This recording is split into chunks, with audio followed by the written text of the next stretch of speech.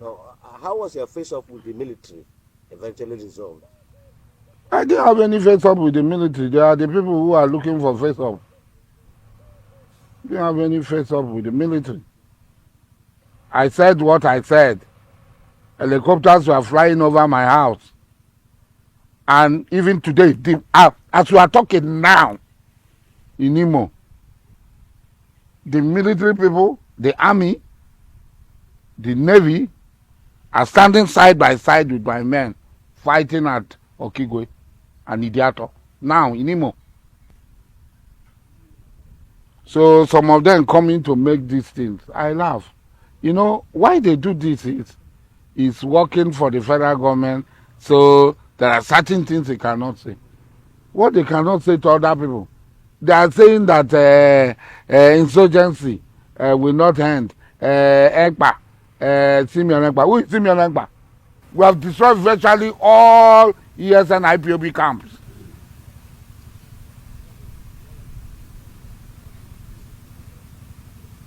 As I'm talking to them now, as we are talking, we are standing side by side with them at Idiato and Okigwe today.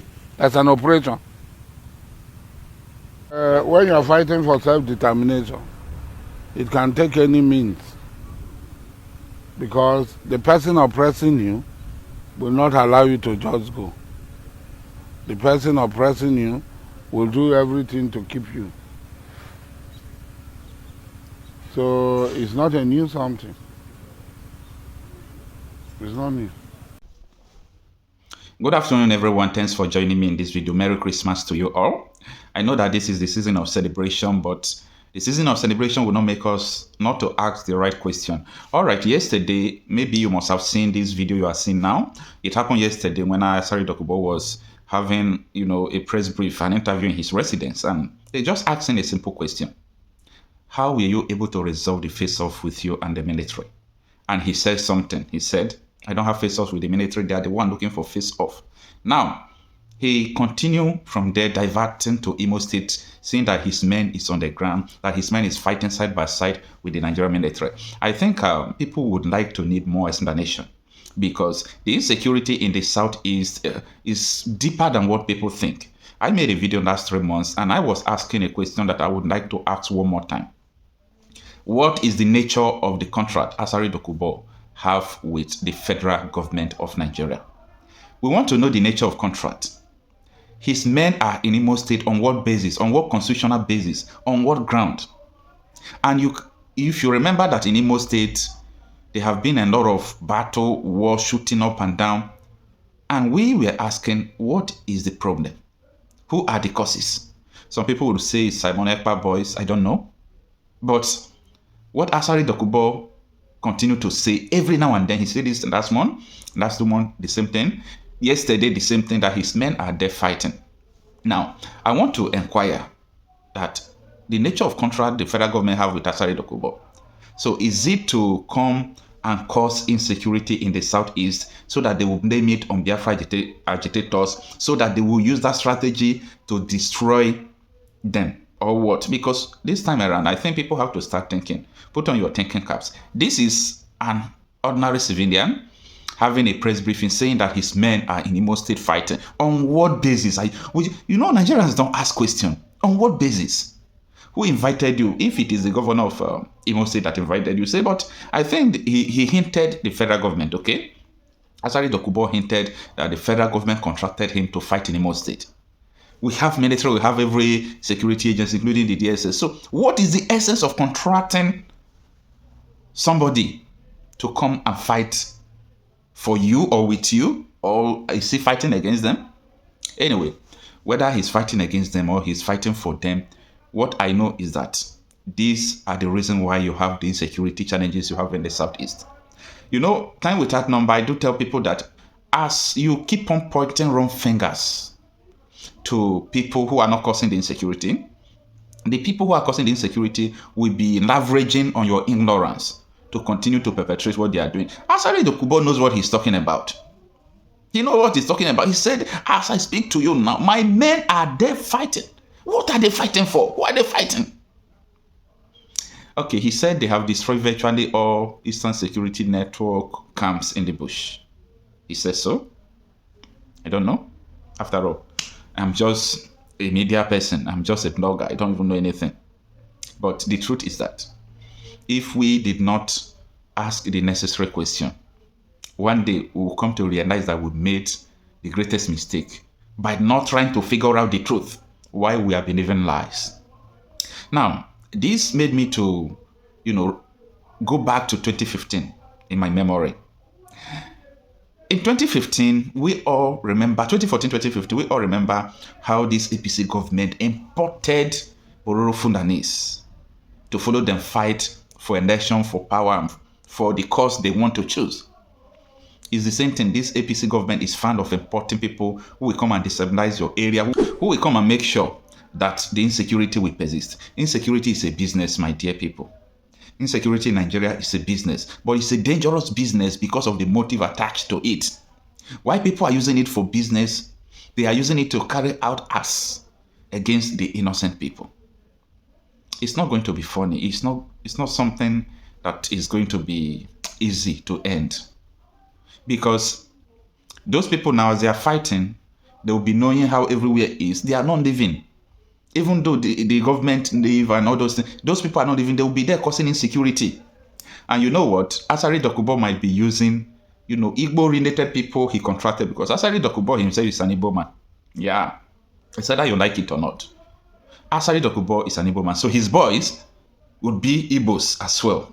This is where the thought is coming from. So you need to understand this. ASARI Dokubo is an Igbo man. So his boys is Igbo. They are Igbos. So if ASARI Dokubo now is telling you that my men are on the ground there fighting, meaning virtually Igbos are fighting. And when you see they kill somebody like that, they will tag them IPOB. And that is why I used to tell all these Biafra agitators, don't claim what you don't know. Don't come on social media and do propaganda and claim what you don't know. Saying you kill this, you kill this. At the end, you are not the one that killed it. If they kill other people, they will target that it is your people. Because you claim that you kill people. So when you claim what you did not do, it's very dangerous. Because one day will come, they will hold you accountable for what you don't know about. It's a big problem. I think it's time we leave propaganda, let's face the reality. What is causing insecurity in Igbo land? What is causing the insecurity in Igbo land?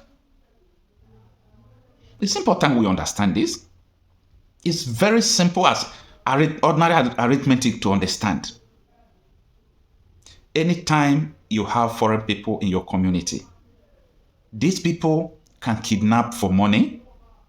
After all, if they kidnap for money today, if military sees them, they will tell military that the person they kidnap is an IPOB member, that they just arrested him. They will leverage on so many lies because they have backup. ASARI Dokubo men, what are they doing? So no need for people to talk about the insecurity challenges and so on and so forth. And that is why we are clamoring for the release of Nnamdi Kanu. Because if Nnamdi Kanu is out, all these things, they will leave. They will leave. Within 3 days, they are going to leave. They are going to leave. So, as I said before, on what basis do they contract ASARI Dokubo? And that reminds me of what Kemi said, that they have contracted some militias in Igbo land to wipe away the people. They have contracted some militias to wipe away Igbo people. That was what Kemi Lawrence said. And a lot of people were saying, what is this woman saying? Maybe just speculation. ASARI Dokubo, this is the 3rd time. You see, if you say something the first time, people might not take you serious. If you say something the 2nd time, people might not take you serious. But when you say the 3rd time, people will begin to take you serious and hold you for your words. So ASARI Dokubo is directly or indirectly responsible for the insecurity in the Southeast. Let me put it in that way. The question to the Southeast governors and people who are there, is this what you people want? Is this what you bargain for? That someone like ASARI Dokubo, who was Biafra agitator, ex-militant, later he was bought over, he started working with the federal government, he has militias, that he will use his militias to come to your state and begin to fight? This is very shameful. It's shameful, it is unacceptable. I think, something urgent must be done about this. People are not talking. Politicians are not talking. Everybody, they are afraid to talk. I've never seen where someone come to the national television, or even people who are in the Senate or House of Rep, they will stand up and say, this and this is what is happening, we don't need it. No wonder that House of Rep member that was threatening Uber driver, that I can make you disappear. And no one will say it. Because they know what is going on. They know people to use to make you disappear. But it's unfortunate. Shame to our politicians. Shame to the politicians who knows what is going on and they refuse to talk. Shame to politicians who are working hand in hand to make sure they will impoverish their people. I rest my case. There's a global interest to keep Nigeria the way it is. Global Yes, interest. oil can keep flowing in direction of multinationals. There are people whose interest is to make sure Nigeria doesn't progress so that the black man will not find his feet globally. So anybody who is also fighting them here, you are fighting that global economic interest. And that is what was clear to us during Ken Saro-Wiwa's death. The world could have saved Ken Saro-Wiwa. Even Mandela refused to make the call to Abacha. Or he said he called Abacha, Abacha didn't pick.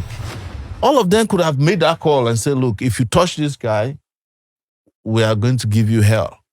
But because, Ken Saro-Wiwa went and pressed the red button, which is oil.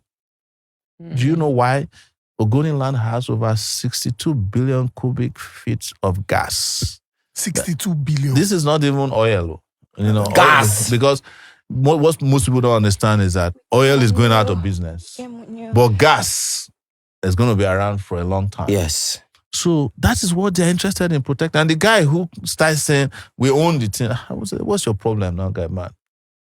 And they finished him. Global conspiracy. It's the same thing they did to Kanu now.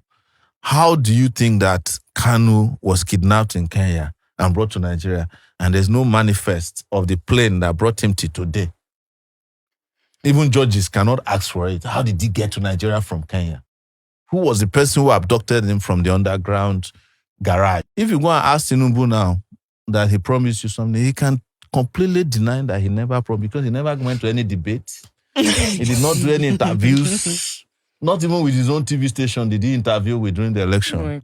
Do you have any sort of relationship with him, the president? No. If you have relationship with them, they don't even have to tell people. One of their assistants will put it out. Say, which can Sowore be that? Common text message where Idris Abdul Karim sent to Koyamo. Release them. Just WhatsApp messages where people they take play. Yeah, they go release them now. Say, which can Sowore be that we don't see him for our area before now. Person we just can't collect money, which they hear, so. I've only met Tinubu twice in my life.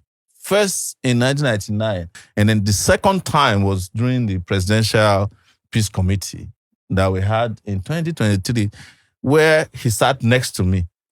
I And then he was. I think he shared it. I saw the video. He was struggling to have my program with him, and I said to him, because when he came in, he said, President Sowore. I was like, He called you a president. Yes, now no, they don't have problem with that. Is what the Yoruba say. They just look at you like these crazy people. Let's call them whatever they want them to call them. And then President he Sowore. stretched his hand, not his right hand, but his left hand to shake hand with me. So I quickly, just because if it was photographed, they can say that maybe we are in some kind of secret call together. And it might even make this assertion to be more, legit. That, don't you see that they shook hands? They get one Some kind of way. Yeah, they will say they'll be Ogboni.